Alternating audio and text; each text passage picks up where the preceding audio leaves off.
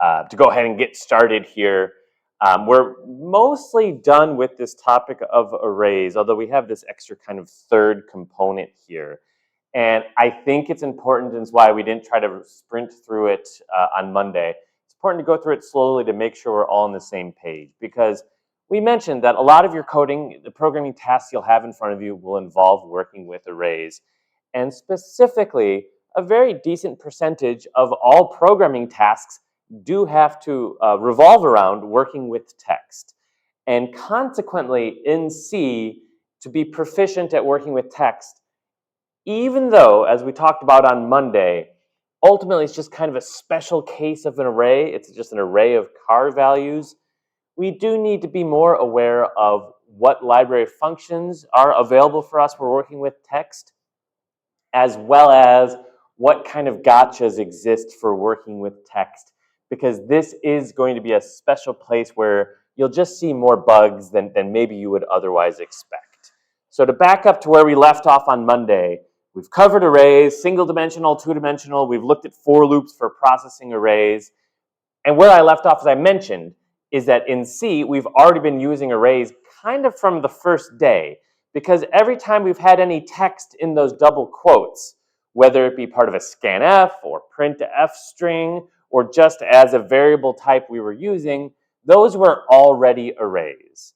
We didn't maybe think of them as such because we were thinking them as text, as kind of something separate than a regular array.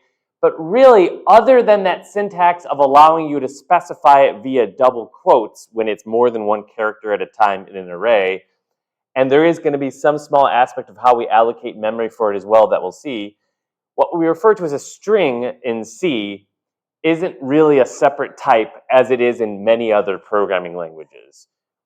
Using the term string, or C string as we'll see, is still very appropriate, but there really isn't all that much different between using this array of characters and having this concept of a string, at least in C. So while this is kind of the way we've been specifying strings so far this semester, use double quotes, put all your text within that double quotes, whether it be for printf or for a variable that we print out with %s. This syntax, given our current knowledge of arrays, is also, I'm going to just say for now, effectively the same as that prior one up top. So we have double quotes because it's convenient, but that is just specifying an array of those car values, and our knowledge, our syntax of arrays now leads us to the understanding that we could also just more explicitly declare it as an array and initialize them kind of one by one, element by element, like we can do for our int arrays or our floating point arrays here. Where this gets a little bit more annoying is, unlike in other programming languages, again, strings aren't really a built-in data type. They are just a type of an array. So after that point of declaration where you've allocated your 5 cars for your car my name, you can no longer assign that entire array at a given time. It seems natural and appropriate that you should be able to do this. This seems like something that in a programming language you should be allowed to do, and in many programming languages you can. In C, we don't access arrays as kind of a first-class citizen. We access the individual elements of an array at a time. So after the time we've declared my name, we can't assign a whole array at one given time to my name. If we wanted to do so, there's functions we can use, or we have to kind of do it on an element-by-element basis to assign those individual locations inside my name here. We've been printing strings, using strings all semester long, but even look at this example here where we have some string array, character array, first name of a certain size, and we use a printf statement to print it out. Printf, your first name is %s, and we print out first name. My question to you, don't expect you to know the answer, it's more of a rhetorical question for now, is how does printf know where the end of the string is? It's just an array, right? It's an array of size 20, and nowhere inside this printf function do we ever kind of pass any length information. Nowhere does that printf function know that the array was of size 20. Right? We know as programmers, we specified it, it allocates 20 characters, 20 bytes for that array, but when we go to print it out, how does printf know? It was more of a rhetorical question, so if you know the answer, that's wonderful. And the answer, and this is the other important thing that you really need to kind of write down, take a note of, remember from today's lesson specific to strings in C versus just regular arrays in C, is that the C standard, and when we use the term C string, this is also the implication, is that all of these strings, all of these character arrays, are going to end with a special character. \0, or it's just 0. It's a character. It's also ASCII value 0, and it's also referred to as either null or null. There's also a null pointer defined in C. It's the value of 0. Is that related to like the linear algebra with the null space? No. Other than just null means empty. So that's why the term came up. It's not a great name for what we use it for now. So if you just want to think of it as ending with 0, that's also fine. But it is the null byte. It's ASCII 0, and the other term we use is null. So when you hear the term C string, or just a string being used in C, the other term you're going to also hear is a null terminated string, which sounds complicated, but just translate that back to English. Null terminated. Null is just the value 0, so just assume that when you hear null, that's 0. Terminated just means ending with. So null terminated string is an array of characters that ends with a 0. Not the letter 0, but this specific byte, which is ASCII value 0, literally a byte of all zeros, so the value 0 at the end of it. That is our C string, that is our null terminated string, and that's what makes these strings a little bit different than any other type of array we're working with.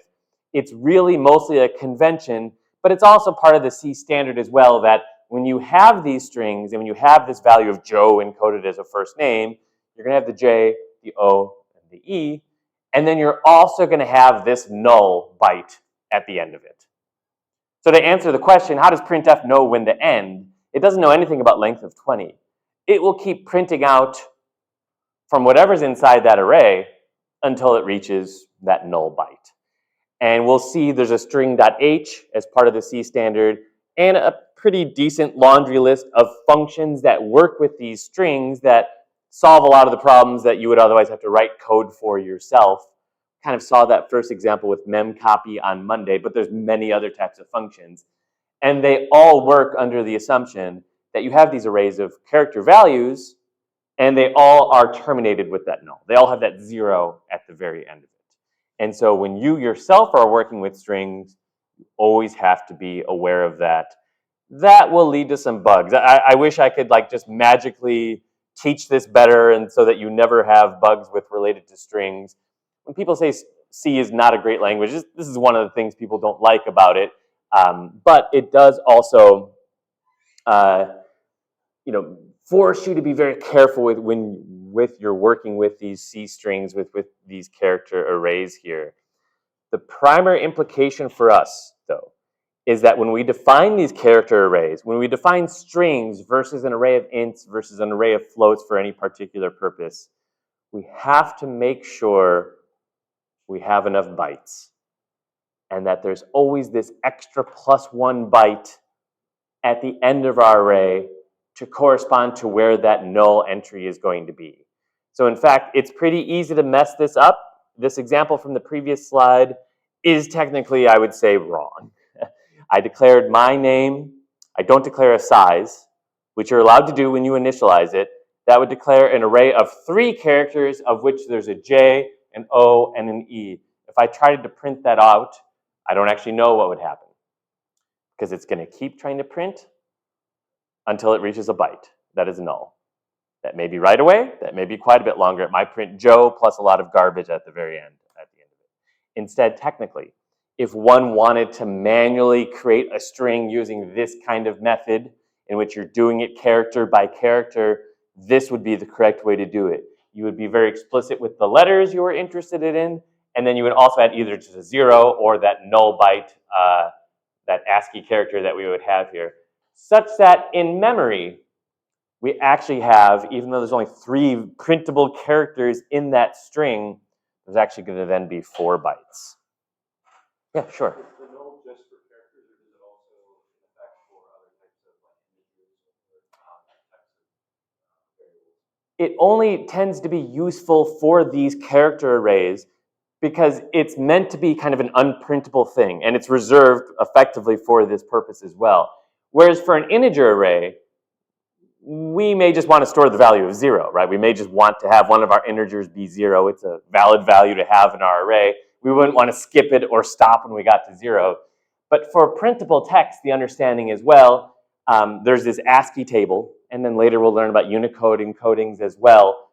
And there's a valid range of values to give us something printable, and we kind of reserve this one to not print anything, to say instead, this is the end of my given string. We already saw this a little bit when I tried to get Replit to crash a couple days ago, and I had a little trouble getting the program to crash. It zero initializes the entire user memory space for you, so you kind of get lucky. Even if you do this wrong, it probably still works, but that won't always be the environment that you will be operating under. When you have to worry about it or when you don't have to worry about it really depends on how you're creating your string. So you do have to be worried about it and be very explicit when you're manually creating a string from your own sequence of characters.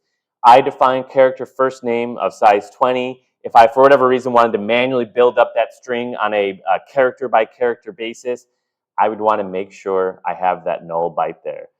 Again, looks like Replit zero initializes that whole array. So maybe for the first time you initialize it, it's going to be fine. But then if I wanted to go from a long word back down to a short word, I need to add that null byte at the very end. If you also were using the string literal with the double quotes to initialize this array at declaration time, and I'm also specifying the size of my array, I need to make sure it's big enough. So this looks a little counterintuitive now. Of course, when we initialize, we don't even need to declare the size of the array. We can leave that blank, and that's going to always be valid for us. But if I am both initializing it using the double quoted strings, and I am also specifying the length of the array, then I need to make sure the length is large enough. So there's that +1 issue. Otherwise, for a lot of our other use cases, you don't actually have to worry about it. If you're just using string literals as part of an input to a function, printf hello world, we never had to worry about 0 null bytes at the end of it because the compiler is going to take that string literal. It's not being stored as an array anyway. It's going to take that string literal, it's going to concatenate, it's going to add that null byte at the end. We don't really have to be aware of it. Otherwise, if we are also initializing our string arrays and we don't actually care and we're letting the compiler determine what the length of that array is going to be for us, the compiler is going to be smart enough and aware of the C standard and recognize you're initializing with 1, 2, 3 character literals here. It's a C string, it's a null terminated string. It's going to actually give you that size of 4. It's going to give you that length of 4 for that array. So I mentioned 2 aspects of strings that are different than any other array. This is one of them. So one thing that, again, I think you're just going to have to encounter it, maybe as early as the monkeys typing example. Was anyone able to get a match of length 7 yet for monkeys typing for the lab? Close to it? No? Okay. We can go through an example on Friday maybe to kind of see some of the gotchas along the way there. You have to be a little bit aware of that as early as the monkeys typing example. This is one of the things I want you just to kind of take away from this. Okay, a C string has a 0 at the end of it, has a null byte at the end of it. Sometimes we can kind of pretend it's not there, but it is always there. This character array is all the characters of hello and world and the new line character, as well as a null byte character at the end of it. Other times, if we're being really explicit with how we're sizing and or creating our strings, we as the programmer are responsible for looking out for that null byte at the very end of it. That's one takeaway from working with C strings versus any other array type. The other takeaway, and this would only really, I think, come with experience. I can't necessarily give you all the information here, but we could try with regards to this, is that because string text processing is such a critical programming task that we have to do for all sorts of reasons, As part of the C standard, there's the string.h that provides several commonly needed string-related functions. That's not to say it's not good programming experience to kind of recreate one of those functions yourself, but oftentimes, as you feel like maybe you're reinventing the wheel when working with text in your program, you should look to string.h first and look to that and see, well, it's possible that this annoying for loop I am currently writing is possibly already implemented for me. And in general, if there's a standard function that does what you want to do, you should use it, not try to reinvent it yourself, unless a homework or lab example requires you to implement something. To copy a string to another one, to concatenate two strings, to determine the length of a string. You've already gotten a little experience with comparing two strings to each other. I wouldn't say there's hundreds of these examples, but there's a good dozen functions here that really you just got to kind of get some experience with. They're kind of just pronounced, at least typically, string length, string copy. My favorite, of course, is string cat, because it's got a cat playing with string. I always think of with string cat here. We could probably write almost all of these functions ourselves because given a spec and given that they're functions that just take an array or generate an array as output, we could probably sort it out. They will probably reduce the amount of errors we ourselves would introduce in our own code. The other assumption is it's very likely that they're going to be more efficiently written than we ourselves would be able to write those same functions. Many people have looked at those functions. We are still responsible, though, with any of these standard library functions. We're responsible for understanding them, understanding their use cases and their syntax. The other gotcha is with our arrays. We're still responsible for making sure we have allocated memory correctly for our arrays. We're still kind of papering over some of the challenges associated with that this semester because so far we're just statically allocating all of our arrays. We're defining pound-defined array size of 1,000. And if 1,000 isn't enough, we'll change it to 2,000 and try it again. For now, we're doing that later on where we only want to have the exact right amount of bytes of memory allocated that we need. We're responsible for being aware of that and taking care of that for us. But otherwise, the functions themselves aren't doing anything that difficult. We could try to implement string length ourselves, for example. There's a question or no? Just stretching out. Okay. We can give it a try. So here is, this is just Replit string fun, and I find this fun. This is just working with string-related functions, and I started us off with, enter in a sentence to have fun with. Fun is relative. I find this fun, so I think you should find this fun. And I'm using a function we haven't really played around with yet, fgetS, that just reads in a line of text at a time. So we haven't used that function, but just to get us started with this program, that's what this function is doing. Reads in a line of text, unlike scanf, where you can do scanf %s, but that stops when you've reached a space. In this case, we do fgetS. That stops when we reach a new line. It also includes the new line, whereas scanf would not include the white space or the new line. So if we wanted to figure out how long the actual string, well, first off, let's print out the string. So enter in a sentence to have fun with, fgetS. How do we print out that sentence the user would have inputted? What function allows us to print it out? Printf.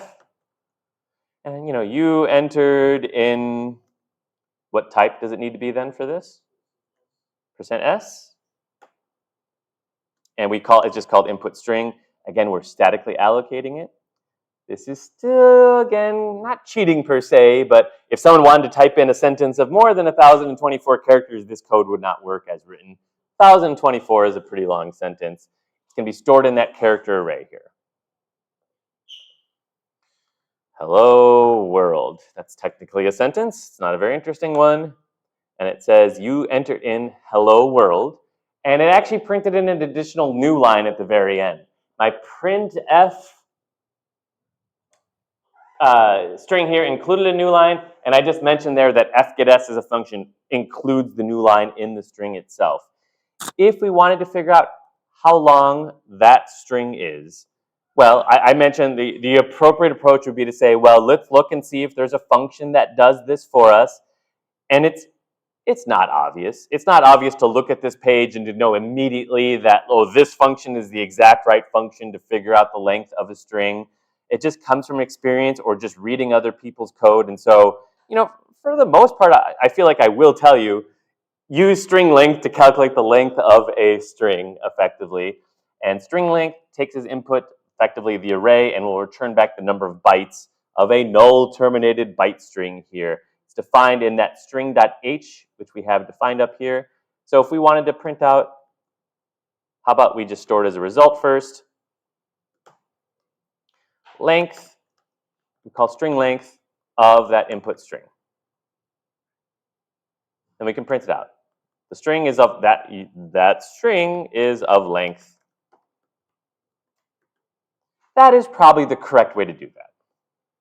We have a function, presumably works pretty well, and it's of length 13. You have to kind of manually check that that's the case. Let's see, that's 5, 6, 11, 12, plus the new line. That's why we get 13 at the very end.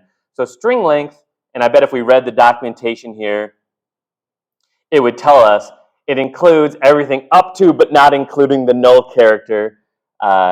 Returns the length of the given null terminated byte string. That's what we've been talking about. That is the number of characters in a character array whose first element is pointed to by string, up to and not including the first null character here. Okay, and that did what we expected it to do. If this function didn't exist, how would we write it ourselves? Now, let's not worry about the function aspect of it. We'll talk about that starting on Friday. Inside here, starting at line 21, how would we calculate length assuming that function didn't exist? What would you do?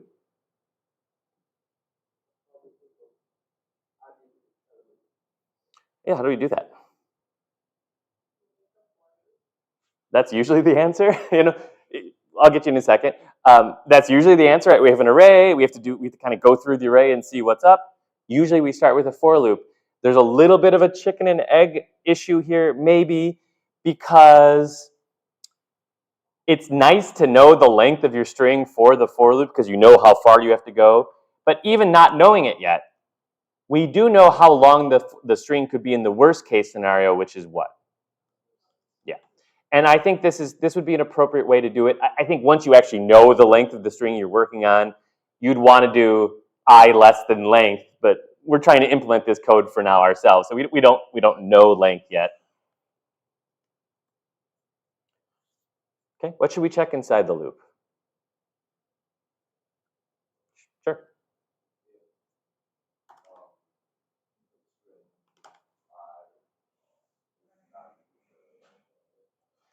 Well, we can do it either way. I would say that's correct. That null byte is what we're interested in, right? Is it equal to, and this would have worked.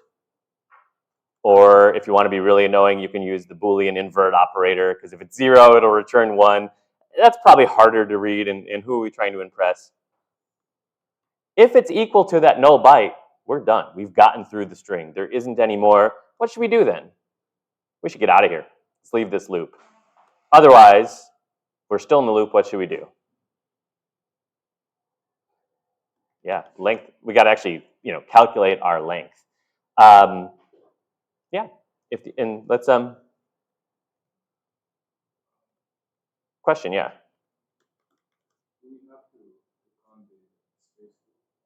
This would count everything that's, well, it depends on what your goal is. Here, string length function is everything until you get to the null byte. So spaces, punctuation. If instead we were more interested in, print out every alpha numeric character, then there's ways we could do that as well. There's a function called is alpha numeric, or is alpha, or is lowercase, and a pretty obnoxious looking table that lets you determine what those functions would return for the different ASCII values. We could do that too. If we wanted to print out hello world and return back out 10 for 5 letters in hello and 5 letters in world, we could have done that as well. String length will return for the spaces, the exclamation marks, and everything. Let's confirm that this code actually worked. Hello world. And we get a consistent result at least. So string length does not include the null character. That's correct, which is why ours also doesn't. We start with 0 and we get out of that loop as soon as we see that null byte. Otherwise, if I wanted to include the null byte, how I would do it at least would just be swap line 22 and 23, which would give me a length of 1 even if it was a null byte. But as you see here, string length doesn't include. And I think the phrasing was, as I said, very formal as this tends to be with this kind of documentation. Yep, everything. It says the number of characters in an array whose first element and is up to and not including the first null character. So that's everything inside here. I guess, we can test it with, I don't know if those backslashes might do something wacky. So, okay. And it gives us length 12 for that random non-alphanumeric kind of string. And that was the string length result. That was our result as well. That null byte allows us to do all sorts of potentially fun things. Let's say, again, I'm going to enter in hello world, or if you want to give me a different test sentence, that's fine with me as well. What happens if I do this? Oh, hoy hoy is even better. Thank you. What if I do this in my code? I'm going to hit run. Ahoy, hoy. I appreciate you humoring me even though we're in week 7. What's that going to print out for you entered in?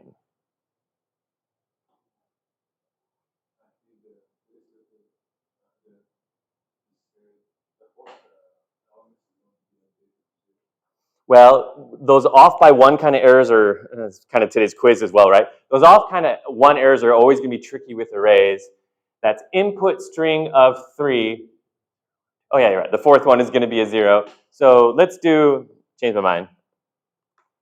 Let's make the 3rd one equal to.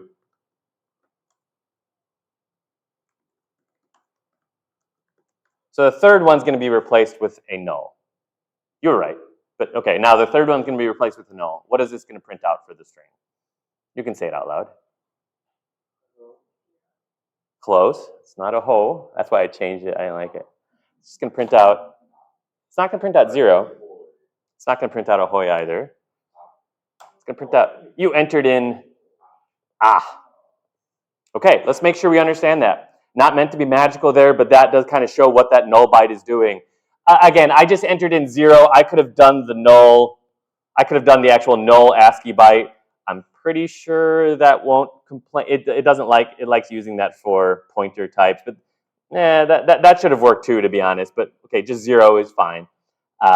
They all kind of compile down to a value of 0 at the end of the day. What happened? Input string of 2. I don't have a good visual for this. Its input string is this array of size 1024. And it's actually all initialized to 0 because at the very least, Replit initialized it all to 0. We did fgetS, which enters in all of these characters into the corresponding locations. So another way to say that would be this is input string of 0, input string of 1, input string of 2, 3, etc. And then with a 0, a null byte at the very end. We then just manually added in a null byte at location 2. So in fact, it didn't delete the string. Those other things are still there. In fact, it's kind of awkward to say it out loud, but what would be in that array would be capital A, H, null byte or 0, Y space, H, O, Y, exclamation mark, new line. Those other bytes are still there. I didn't delete them. I didn't erase them. I just overwrote the O with a null byte. Going back to that kind of rhetorical question, where were we? I lost it. It was here somewhere. How does it know when to stop printing the string? Like how big the string is to do that printf of the string? It doesn't really know, other than it looks and prints out until it gets to that null byte. We added a null byte early, so it stops printing early. And it doesn't realize, nor is it supposed to realize, that there's actually valid stuff after the end of that array. What other fun stuff could we do here? Say it again. Who skips, though? What do you mean to skip it?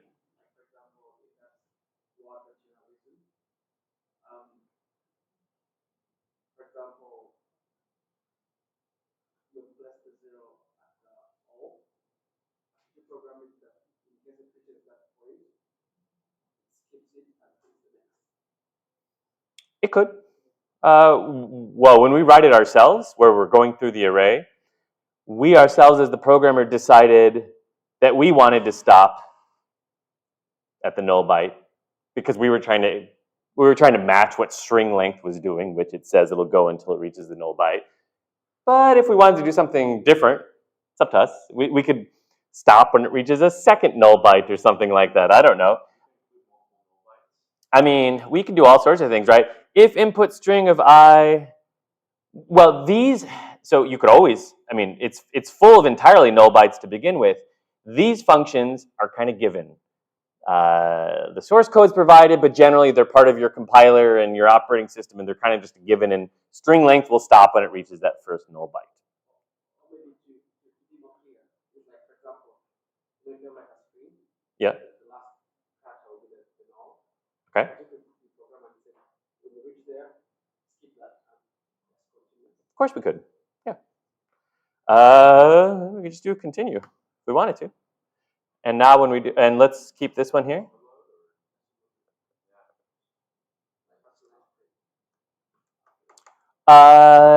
It's not going to add to the length. It's eventually going to stop when it gets to 1024, but those are all going to be 0 bytes. This should be fine. It'll just give me a different result than what string length gives. 437 is an interesting number. Who knows? 437. Let's find out what's actually in the string. So an input string equals 0. Let's turn it into a space. See what happens.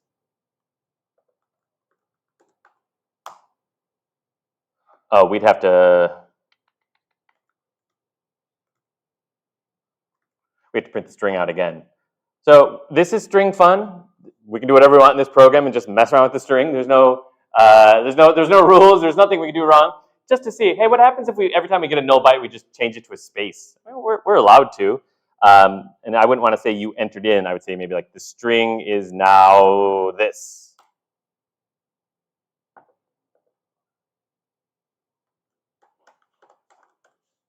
And it turns out it's not entirely 0 initialized memory. There's just some junk in memory. So is that a bug? I don't know. It depends on what your goals are, I guess. As good practice, if we want to make sure that string is entirely 0 initialized to begin with, well, how would we do it? If we want this string to be guaranteed to be initialized to all zeros, how would we do it?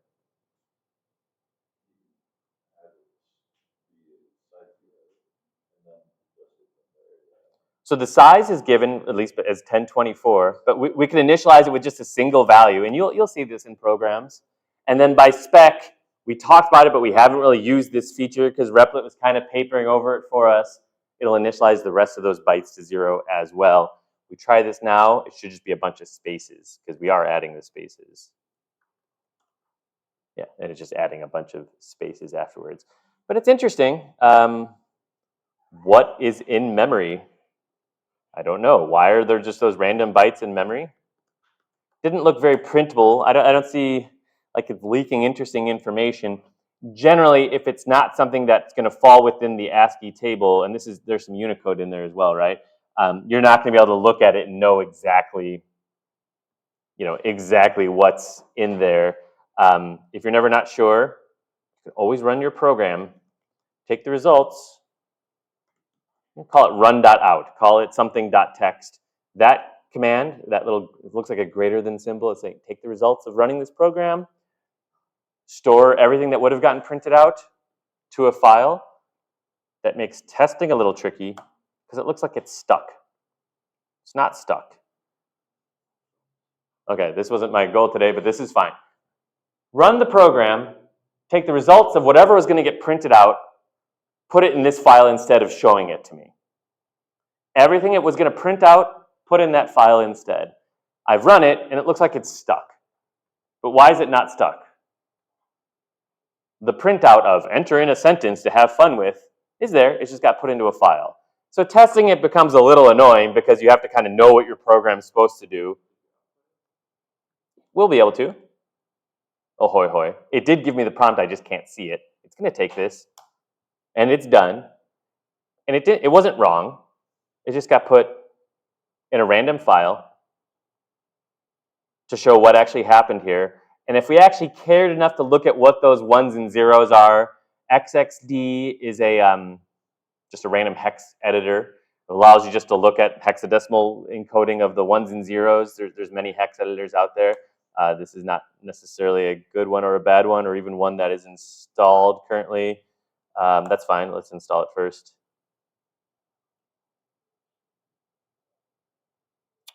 If we want to see what happened to be in memory when we were running this program. I do find sometimes it's really unhappy to like install it and then actually run it at the same time.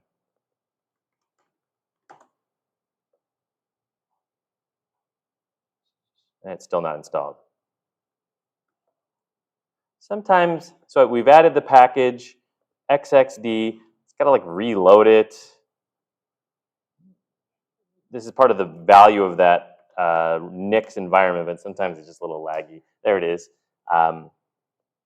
This can be a very powerful thing. Let's do it properly.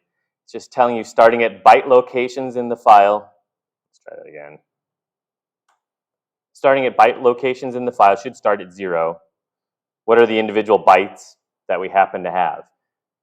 I understand if you're not there yet, but eventually you'll be pretty good at like seeing what's there. There's the ASCII table. Any byte is an entry in that ASCII table, but there's a pretty small range of like alphanumeric values, right? There's capital A through Z and lowercase a through Z and 0 through 9, and that's pretty much it. So you can't see that very well, but A starts at 41 hex, so capital E is 45 hex, and then you have 6E is lowercase n, and it's basically just all of the ASCII characters here. And then new line is ASCII 10 or OA for hex. So there's a new line at the end here character. And then finally, we're looking at what happens to be in memory after all that stuff in the string.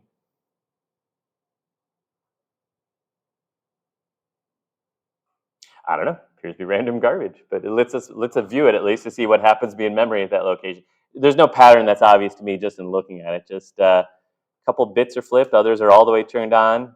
Could be remnants of a previously executed program.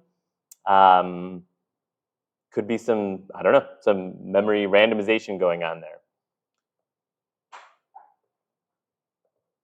All right, so you can mess around with your string in that way. That wasn't what I was planning on doing, but still that string length becomes a very useful thing here.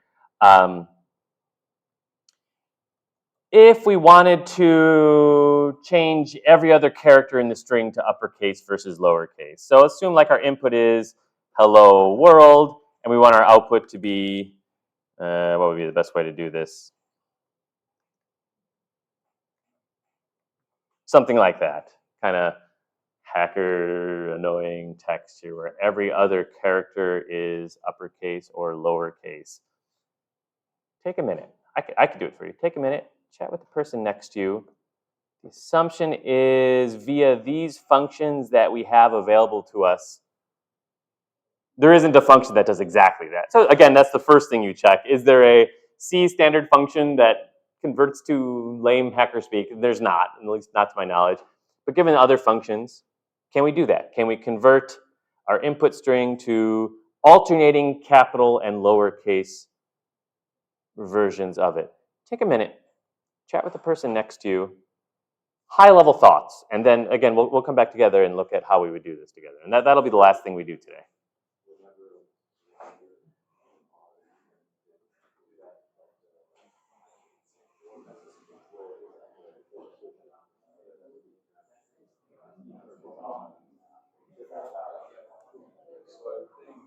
You're definitely on the right track.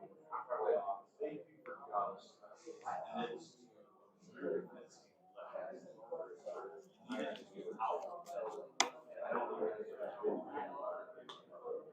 well, probably I would assume you might be in there.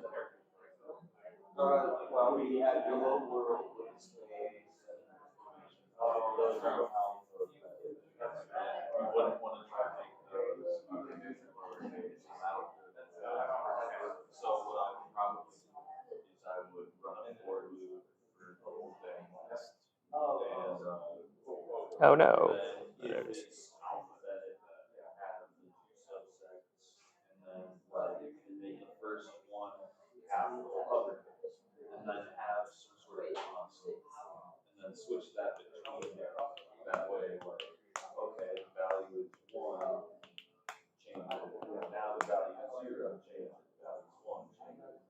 The value is 0, 1. I'm adding the concept. I'm adding. So, like, I think the first one uppercase, you have constant j equals 1, and then you enter again if right. So if it's alphabetic, and then if j equals 0, make it uppercase. J equals 1, you make it lowercase, and then in the j equals 0, make it uppercase. You make j equals 1. That way, next time it runs through, it's talking about you make it equals 0. I hear some good things. In the interest of time, let's see if we can complete this one before we have to go today. Input is just whatever we're typing in, which includes both alphabetic and non-alphabetic characters here. We'll start with what kind of starting structure for our code makes sense for going element by element through this array. Yeah, okay. Int I equals 0. Do we need to go all the way to buffer size? No, not for this one. And so you'll see this in your code quite often. We don't want to call string length again, but if you're not using it for anything else, that'll be a very common thing we have in our code, right? String length returns the length, but we have it as a variable, so that's fine. Okay. When should we change something to uppercase or lowercase? If it's alphabetic. Okay, if we have an alphabetic character. An alphabetic character. I just put these up on the screen. Again, I don't expect you to have gotten them all right away. Is alpha, takes in a single character, returns 1 if it's either one of these or if it's one of those. Again, if I ask you to write your own version of the function, you'd be able to do it. I know that, but the function exists. Let's use it. If is alpha of what? Somebody else. What are we checking? Which character? Not yet. Checking, if we have an alphabetic character. Oh, I'm not allowed to keep you past your due by date. Okay, we're gonna leave things here for now. Come back on Friday though, please. We'll figure all this out on Friday.